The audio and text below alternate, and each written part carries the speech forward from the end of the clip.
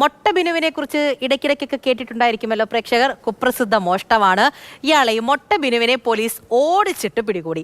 ആറന്മുള പോലീസാണ് എരുമേലി മുക്കട ഭാഗത്ത് നിന്ന് ഇയാളെ പിടികൂടിയത്. കഴിഞ്ഞ ദിവസം ആറന്മുള തെക്കേ മലയിൽ നിന്ന് സ്കൂട്ടറും സാനിറ്ററി ഷോപ്പിലെ സാധനങ്ങളുമൊക്കെ ഈ ബിനു മോഷ്ടിച്ചിരുന്നു.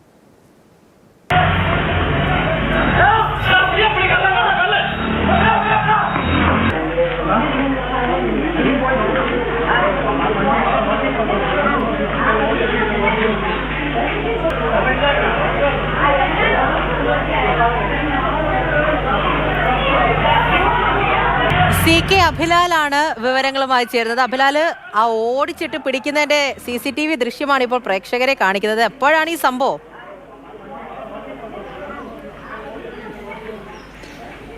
കോട്ടയം എരുമേലി ജില്ലയിലെ മുക്കട എന്ന സ്ഥലത്ത് ഇന്നലെ ഉച്ചയ്ക്ക് 2:30 നടന്ന സംഭവത്തിന്റെ CCTV ദൃശ്യങ്ങളും അനുബന്ധമായി പിന്നീട് ചിത്രീകരിക്കപ്പെട്ട ദൃശ്യങ്ങളുമാണ് ലഭ്യമായിട്ടുള്ളത്. മൊട്ട ബിനു എന്നുള്ളത് വാഹന മോഷണമടക്കം സംസ്ഥാനത്ത് പല ജില്ലകളിൽ രജിസ്റ്റർ ചെയ്യപ്പെട്ടിട്ടുള്ള നിരവധി കേസുകളിൽ പ്രതിയാക്കപ്പെട്ടിട്ടുള്ള ആളാണ്. ഇദ്ദേഹം ഏറ്റവും ഒടുവിൽ മോഷണം നടത്തിയതായി കരുതപ്പെടുന്നത് പത്തനംതിട്ട ആറന്മുള പോലീസ് സ്റ്റേഷൻ പരിധിയിലെ കോഴഞ്ചേരി എന്ന സ്ഥലത്താണ്. KSEB ജീവനക്കാരനായ തൃശൂർ സ്വദേശിയുടെ ഇരുചക്ര വാഹനവും അന്ന് തന്നെ സാനിറ്ററി കടയിൽ നിന്നുള്ള സാധനങ്ങളും മോഷ്ടിച്ചുകൊണ്ട് കടക്കുക ഉണ്ടായത്.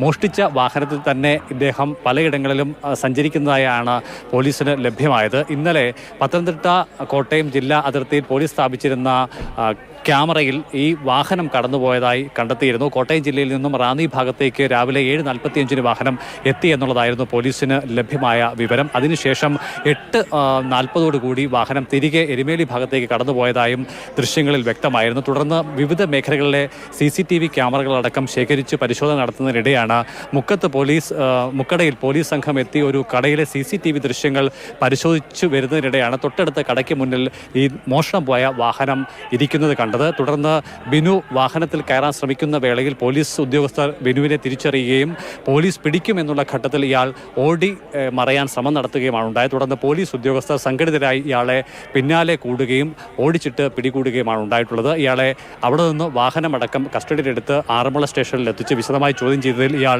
കുറ്റം സമ്മതിച്ചു എന്നുള്ളതാണ് പോലീസ് നൽകുന്ന വിവരം. ഇയാളുമായി ബന്ധപ്പെട്ട ഇയാളുടെ പൂർവ്വകാല ചരിത്രം പരിശോധിക്കുമ്പോൾ 30-ലേറെ കേസുകളിൽ ഇയാൾ ഉൾപ്പെട്ടിട്ടുണ്ട് എന്നുള്ളതാണ് പോലീസ് വിശദീകരിക്കുന്നത്. ശരി, CK അഭിലാലാണ് നമ്മളടുത്ത് കാര്യങ്ങൾ പറഞ്ഞത്.